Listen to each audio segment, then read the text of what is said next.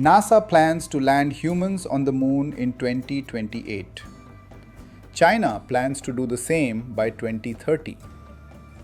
Neither timeline is fixed, and the difference between the two, according to NASA Chief Jared Isaacman, will likely be measured in months rather than years.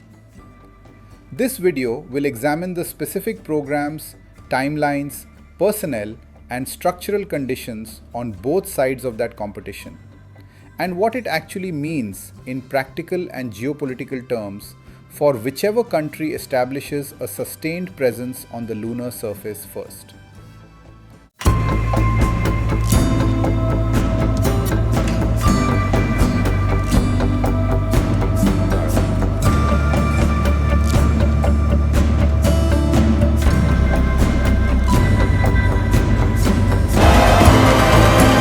A spectacular rise in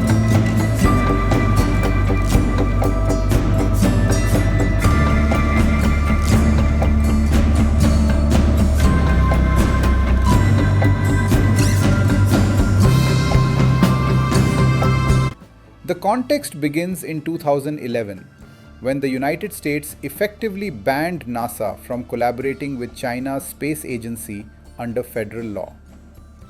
That decision formalized a separation between the two largest space programs in the world that has only widened since. In the years that followed, NASA reinvigorated its crewed lunar program under the name Artemis, named after the Greek goddess of the moon and the twin of Apollo, culminating in the first crewed mission to the vicinity of the moon since 1972. China, meanwhile, runs its lunar exploration program under the name Chang'e, after the Chinese goddess of the moon, and has been operating on a step-by-step development model that has consistently met its own stated deadlines. The structural difference between the two programs is significant and shapes everything downstream. NASA operates inside a democratic system where government changes every 4 years, making decade-long planning difficult to sustain across administrations. Its budget as a share of national spending is a fraction of what it received during the Apollo era of the 1960s. To compensate, NASA has outsourced critical mission components to private companies.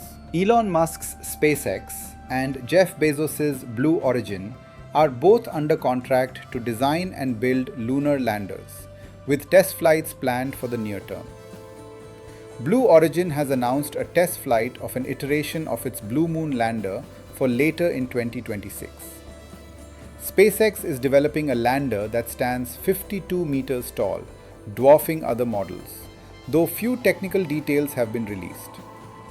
As of now, neither lander is complete, which raises direct questions about whether NASA's 2028 target is achievable. China's program does not face the same institutional discontinuity.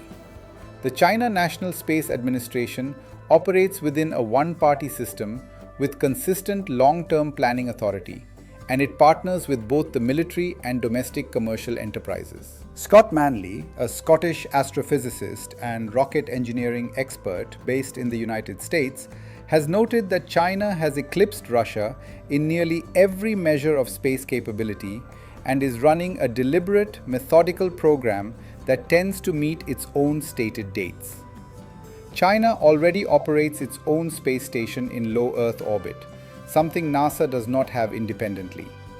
It has never sent a taikonaut beyond low Earth orbit, but its record of incremental progress is well documented.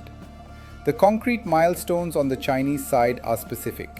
In 2024, China's Chang'e 6 probe became the first mission from any country to retrieve samples from the far side of the moon, a significant technical achievement. Chang'e 7 is scheduled for late 2026 and will search for water ice at the lunar South Pole, which is identified as a critical resource for any sustained human presence on the surface. The crewed landing mission will use a Long March 10 rocket to carry the Mengzhou capsule, meaning Dreamboat, with 3 astronauts. A 9-meter lander called Lanyue, meaning embracing the moon, will then take 2 of those astronauts to the surface. China has also developed and publicly unveiled a new spacesuit called the Lanyue suit, meaning gazing into the cosmos, designed with additional flexibility to allow astronauts to bend and move across the lunar terrain.